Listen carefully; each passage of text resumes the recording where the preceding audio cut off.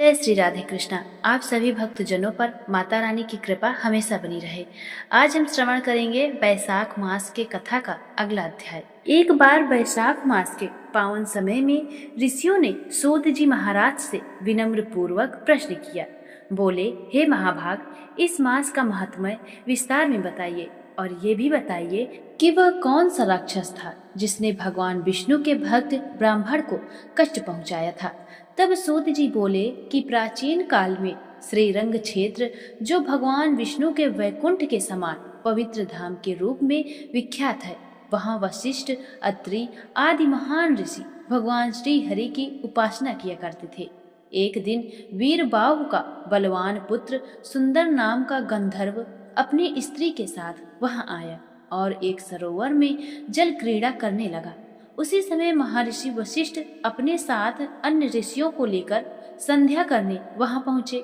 उन्हें देखकर सभी स्त्रियां लज्जा से वस्त्र धारण कर बैठ गई, परंतु सुंदर गंधर्व अहंकारवश वैसे ही खड़ा रहा। यह देखकर वशिष्ठ मुनि क्रोधित हो उठे और उन्होंने उसे श्राप दे दिया कि तू लज्जा न करने के कारण राक्षस बन जा। यह श्राप सुनकर उसकी पत्नियां अत्यंत व्याकुल होकर मुनि के चरणों में गिर पड़ी और क्षमा याचना करने लगे। तब वशिष्ठ जी ने कहा कि मेरा वचन व्यर्थ नहीं जाएगा, परंतु इसके उद्धार का एक उपाय बताता हूँ कि यह 16 वर्ष बाद वेक्टाचल पर्वत पर चक्र तीर्थ में जाएगा, जहाँ भगवान विष्णु के चक्र द्वारा इसका मस्तक काटा जाएगा और यह पुनः अपने दिव्य स्वरूप को प्राप्त कर लेगा। समय बीतने पर वह गंधर्व राक्षस रूप में धारण कर इधर उधर भटकता हुआ अंततः वेक्टाचल पर्वत पर पहुंचा और चक्र तीर्थ पर स्नान करने वाले पद्मनाभ मुनि को मारने के लिए दौड़ा। मुनि ने भगवान विष्णु का स्मरण किया। तब भगवान ने अपने सुदर्शन चक्र को भेजा, जिसने उस राक्षस का वध कर दिया। उसी क्षण वह राक्षस अपने श्राप से मुक्त होकर पुनः सुंदर गंधर्व के रूप में प्रकट हुआ और भगवान का धन्यवाद कर स्वर्ग को चला गया। इसके बाद सूत जी ने घोड़ तीर्थ का महत्व बताया और कहा कि यह तीर्थ महान पापों का नाश करने वाला है। यहाँ स्नान करने से और इसके महत्व को सुनने से मनुष्य के सभी पापों से मुक्ति मिलती है। उन्होंने एक अन्य कथा का वर्णन किया कि एक गंधर्व ने अपनी पत्नी को धर्म पालन के लिए प्रेरित किया, परंतु पत्नी ने ठंड के कारण प्रातः स्नान और पूजा करने से मना कर दिया।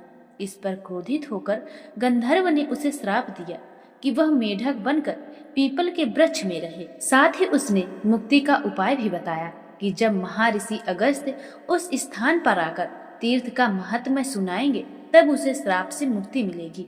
समय बीतने पर महर्षि अगस्त्य वहां आए।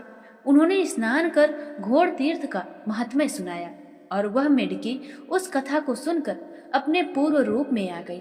उसने मुनि के चरणों में गिरकर क्षमा मांगी। तब अगस्त्य जी ने उसे समझाया कि पति के वचनों का सम्मान करना ही स्त्री का सर्वोच्च धर्म है और उसी से उसे परम कल्याण की प्राप्ति भी होती है।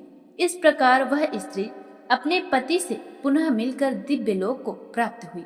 सूत जी ने अंत में कहा कि जो मनुष्य श्रद्धा और भक्ति से वैशाख मास के इस महत्मय का श्रवण करता है, वह समस्त पापों से मुक्त होकर भगवान विष्णु के धाम को प्राप्त करता है और उसके जीवन में सुख, शांति और समृद्धि का वास होता है। अब सुनिए आनंदी बाई श्री कृष्ण की कथा। बहुत समय पहले गोकुल के पास एक गांव में आनंदी बाई नाम की एक स्त्री रहती थी, जो देखने में अत्यंत कुरूप थी, इतना कि लोग उसे देखकर घबरा जाते थे। समय बीतने पर उसका विवाह गोकुल में हुआ, परंतु उसके पति ने विवाह से पहले उसे नहीं देखा था और जब विवाह के बाद उसने आनंदी बाई को देखा तो उसके रूप को देखकर उसे स्वीकार नहीं किया और कुछ समय बाद उसने दूसरा विवाह कर लिया।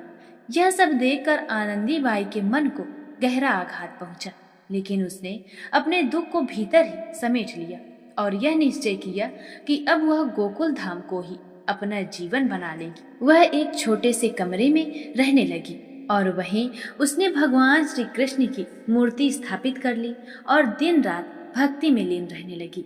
वह सुबह शाम अपने आराध्य से बातें करती जैसे कोई अपना प्रिय सखा हो। कभी उन्हें मनाती, कभी उनसे रूठती और फिर स्वयं ही हंस पड़ती।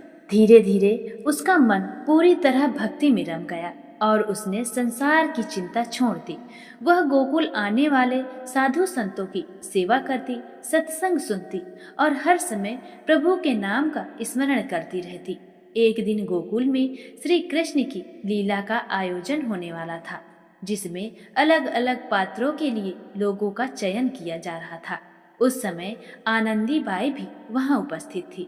जब कुब्जा के पात्र की बारी आई तो संयोग से उसका पति भी अपनी दूसरी पत्नी के साथ वहीं खड़ा था।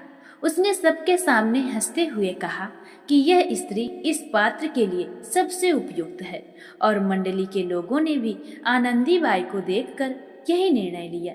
जब उससे इस भूमिका को निभाने के लिए कहा गया तो वह अत्यंत प्रसन्न हो गई, क्योंकि उसे अपने प्रिय प्रभु की लीला में भाग लेने का एक अवसर मिल रहा था। उसने तुरंत सहमति दे दी। घर आकर वह प्रभु की मूर्ति के सामने बैठ गई और भाव विभोर होकर कल्पना करने लगी कि उसका कन्हैया आएगा और उसके जीवन को स्पर्श करेगा। उसका मन प्रेम और भक्ति में डूब गया। कुछ समय बाद लीला का मंच आरंभ हुआ और जब वह प्रसंग आया जिसमें श्री कृष्ण कुब्जा से मिलते हैं तो एक बालक श्री कृष्ण का रूप धारण कर मंच पर आया। उसने आनंदी बाई के चरणों पर अपना पैर रखा और उसकी ढूंढी को ऊपर उठाकर उसे सीधा कर दिया। यह दृश्य वही था जो पहले से निर्धारित था, परंतु उसी क्षण एक अद्भुत परिवर्तन हुआ। आनंदी बाई का स्वरूप बदल गया। उसकी सारी कुरूपता मानो मिट गई और वह अत्यंत सुंदर दिखाई देने लगी। वहां उपस्थित सभी लोग यह देखकर चकित रह गए कि किसी को विश्वास ही नहीं हुआ कि यह वही स्त्री है जो कुछ समय पहले तक इतनी साधारण दिखती थी। परंतु आनंदी बाई को इस परिवर्तन का कोई अहंकार नहीं हुआ। वह तो उसी भाव में डूबी रही। उसे केवल अपने प्रभु का सान्निध्य अनुभव हो रहा था। लोग उससे बार बार पूछते कि यह कैसे हुआ, तो वह मुस्कुराकर केवल इतना ही कहती कि यह सब मेरे कान्हा की लीला है। उसके बाद भी वह पहले की तरह साधारण जीवन जीती रही और उसी भक्ति में लीन रही। उसने अपने पति के प्रति भी कोई द्वेष नहीं रखा, बल्कि मन ही मन उसका आभार व्यक्त किया, क्योंकि उसी के कारण उसे प्रभु भक्ति का मार्ग मिला। इस कथा से हमें यह शिक्षा मिलती है कि सच्ची भक्ति में इतनी शक्ति होती है कि वह जीवन की हर कमी को पूर्ण कर देती है। और जो व्यक्ति सच्चे मन से भगवान का स्मरण करता है, उसके जीवन में एक दिन अवश्य परिवर्तन आता है।